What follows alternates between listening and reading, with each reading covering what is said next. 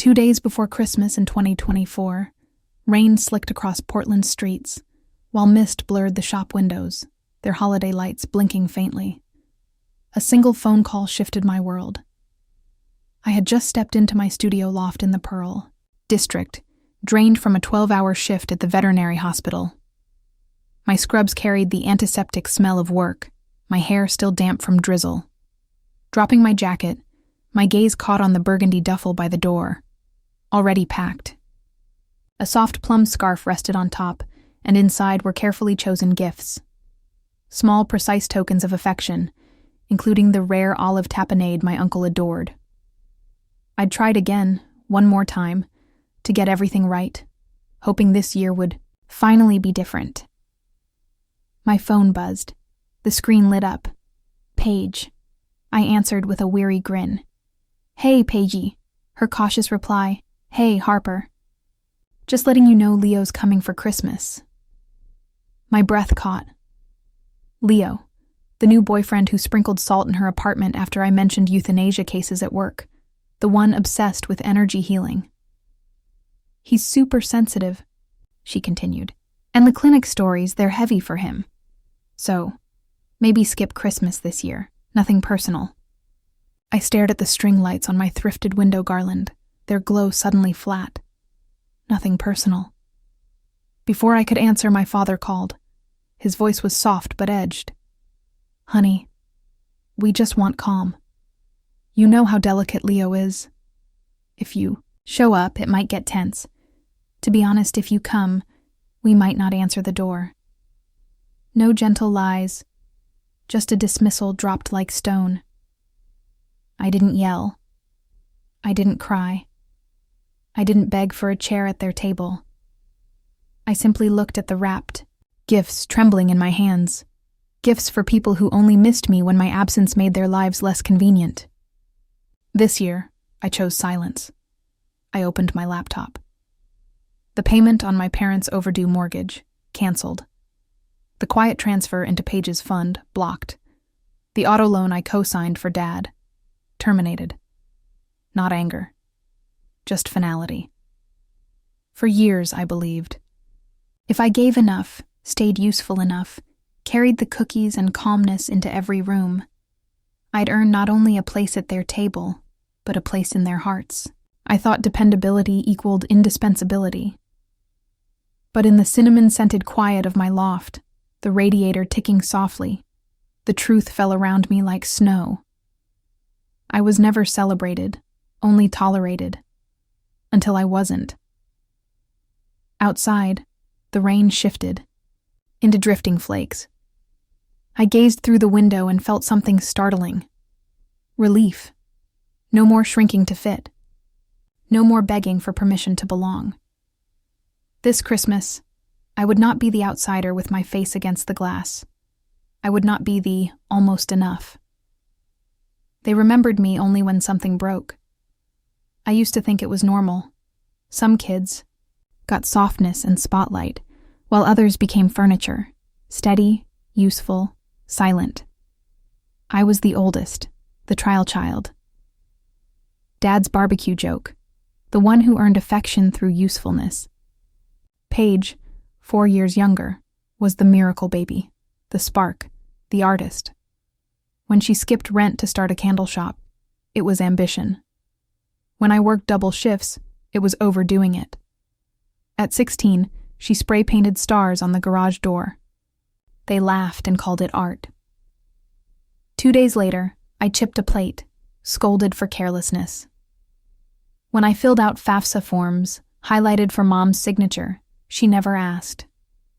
When my veterinary school acceptance arrived, I carried it like a trophy. Mom glanced, murmured, "That's a lot. Don't lose yourself," then turned back to onions.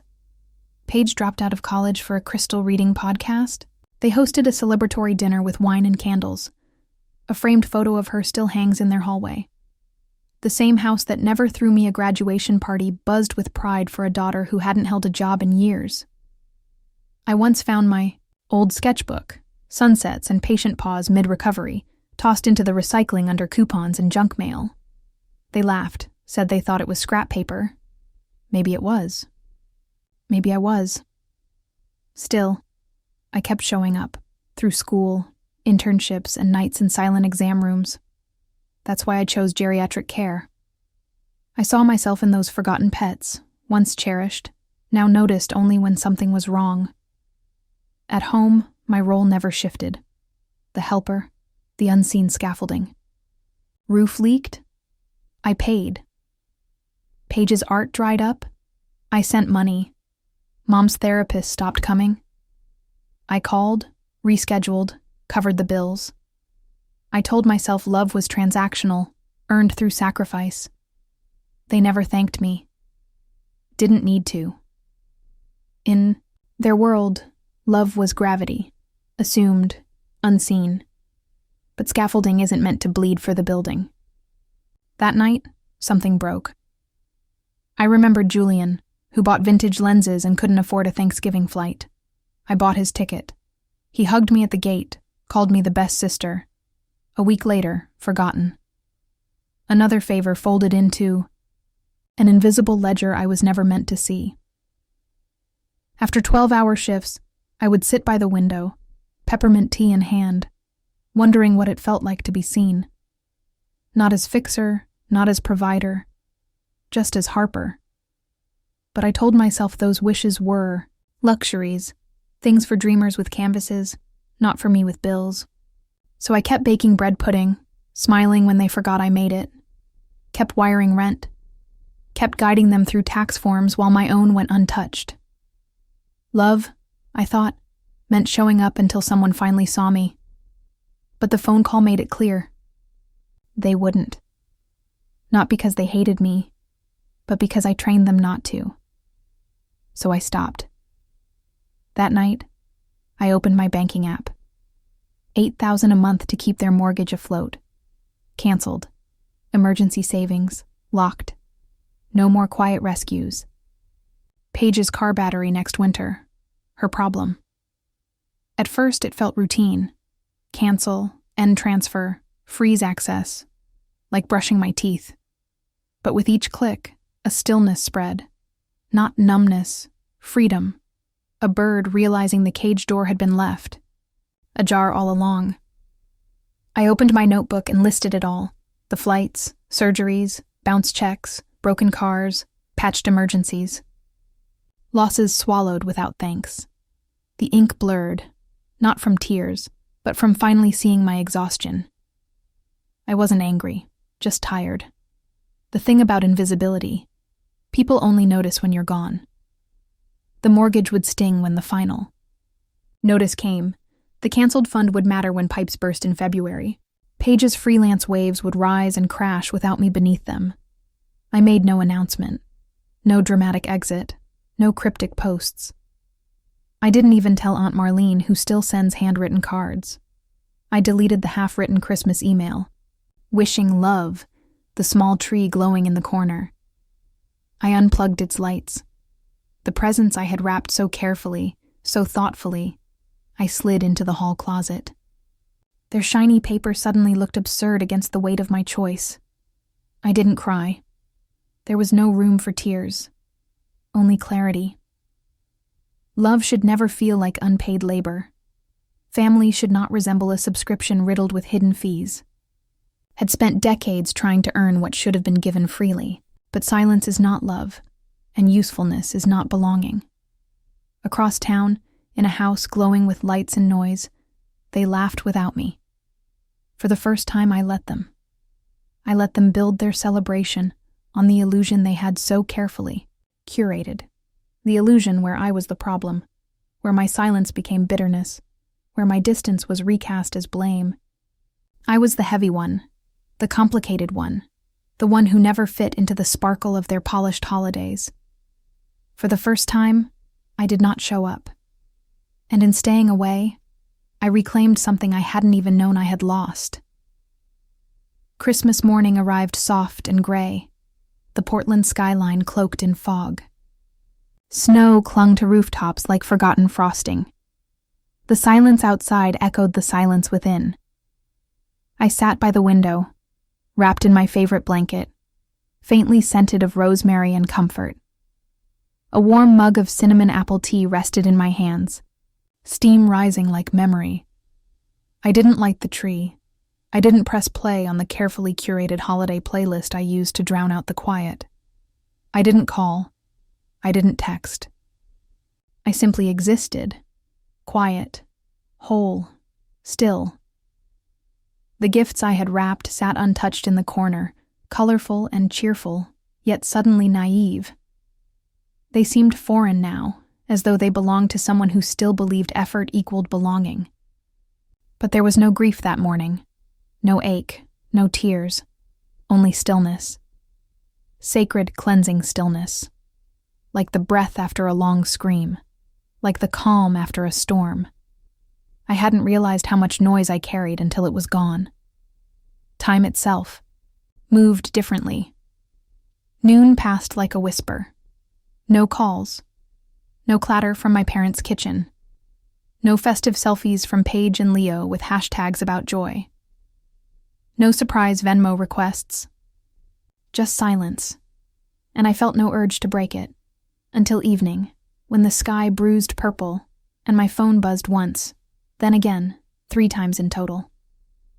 At first, I ignored it. Probably just a group chat from work I had forgotten to mute. But then, a message lit the screen. "Marlene, can you answer? You've done enough damage already." I froze. Damage. I hadn't even been there. My phone rang. Her name flashed. I picked up, my voice rough from disuse. What happened? Her tone was gentle, as though approaching something fragile. "They say you ruined Christmas," she whispered. "But, Harper, you weren't even there." The words struck like ice. I blinked. "How do you ruin something you weren't even invited to?" She hesitated, then explained in pieces. After dinner, Marina, glass of wine in hand, admired the family photos on the mantel.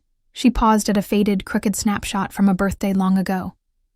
I must have been 11, midlife, drowning in a too big maroon sweater, one sleeve swallowing my hand. Marina tilted her head, squinting. "That's Dr. Harper Morgan, isn't it?" Aunt Marlene nodded slowly. "She's the one who sat with my neighbor, all night. Saved her life." "Really?" The room shifted. Laughter cut off, as if a switch had flipped. Forks hovered midair, glasses stopped clinking. Paige went pale. My mother's smile froze. Marina looked around and asked, "Wait, Harper's your sister?" No one answered at first. Whatever came next, half-truths, evasive comments, was enough. Marina gathered her things, thanked everyone with a politeness sharp enough to cut glass, and walked out. By the time Aunt Marlene called me, the ripple had begun. Marina had posted something online. Nothing explosive, just honest. A few sharp lines about families rewriting people to fit prettier stories, about silence as an eraser, about the damage done in rooms lined with smiling photographs of people you pretend don't exist. I didn't know the exact words. I didn't need to. I pictured it clearly. The crush of a curated image collapsing. Family and friends reading between the lines in Portland's small, gossipy art circles. The quiet unraveling of a brand built on charm and exclusivity. And for once, someone else noticed. Someone not raised in it. Someone not trained to interpret cruelty as affection. Someone who saw me not as a burden, but as human. A doctor, a sister, a presence. That night, in the stillness of my apartment, I learned something more powerful than any comeback. Sometimes the sharpest truth is the silence you leave behind. Didn't move from my chair. The framed letter from Marina held me steady, my cold, bitter tea oddly comforting in my hands. I let the knocking go on until it weakened, then faded altogether. The silence that followed was no longer empty. It was complete, full. For the first time, I understood that forgiveness doesn't always mean reopening the door. Sometimes it means choosing not to. Sometimes it means standing firm, while those who once broke you wear themselves out against the boundary you finally had the strength to build, a wall not of resentment, but of self-worth. Minutes passed, maybe longer, before I heard the shuffle of retreating footsteps, the thud of car doors, the hesitant rumble of an engine. They were gone. Not destroyed, not ruined, just refused. I rose and moved slowly to the window, pulling back the curtain just enough to watch the taillights shrink into the snow-dusted street. I didn't flinch. I didn't grab my phone. I felt no compulsion to chase after them. No hunger to fix what they had shattered with silence. What I felt was peace. Real peace. The kind that fills your chest when you finally stop begging for a seat at a table never meant for you. Turning from the window, I noticed how my apartment felt warmer. Not brighter, not louder, just mine. The Christmas tree still stood in the corner, its lights unplugged, its ornaments untouched. Yet the gifts beneath it no longer looked like symbols of loss. They were proof. Proof that I had tried, that I had loved, that I had given the best of myself freely. They simply never recognized it. I brewed a fresh cup of tea, stronger this time, letting the steam curl around my face as I wrapped the blanket tighter around my shoulders. Then I returned to my desk. Marina's letter caught the afternoon light. Her words etched in my memory. You made a difference. You didn't give up. You made me feel like I mattered. My fingers brushed the frame, wooden, uneven, solid. The glass beneath my skin was smooth, certain, real.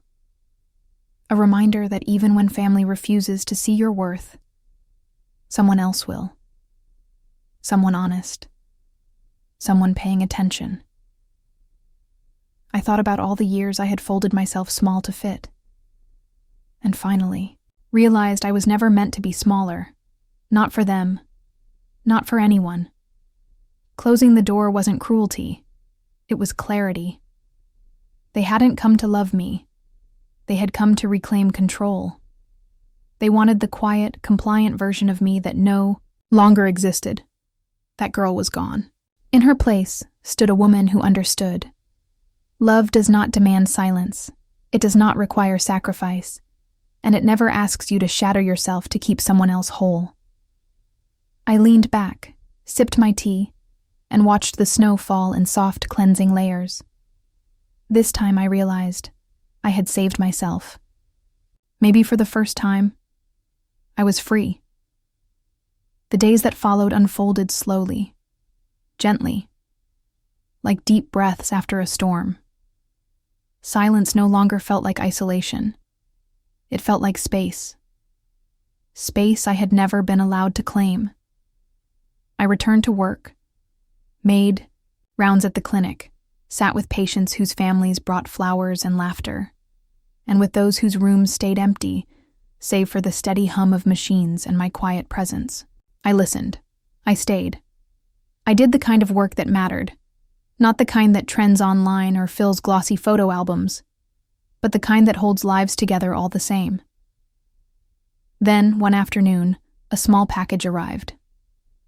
No return address, just my name, written in neat slanted letters across brown paper. Inside lay thick ivory stationery, the ink smudged slightly at the edges. Marina's handwriting. She told me about her grandmother, still practicing yoga twice a week, still walking to the farmer's market every Saturday. She remembered in detail those days when the world had quietly started giving up on her grandmother, and how there had been one vet who hadn't. One who stayed past visiting hours, who treated her not as a case file, but as a human being. Still, capable of joy, still worthy of dignity. You didn't just save her life, Marina wrote. You reminded her she was still living. I read her words 3 times, tracing them with my fingers. That night, I framed the letter and hung it above my desk where the morning sun could find it. A quiet, permanent reminder. I was never invisible. Never too much, never a burden.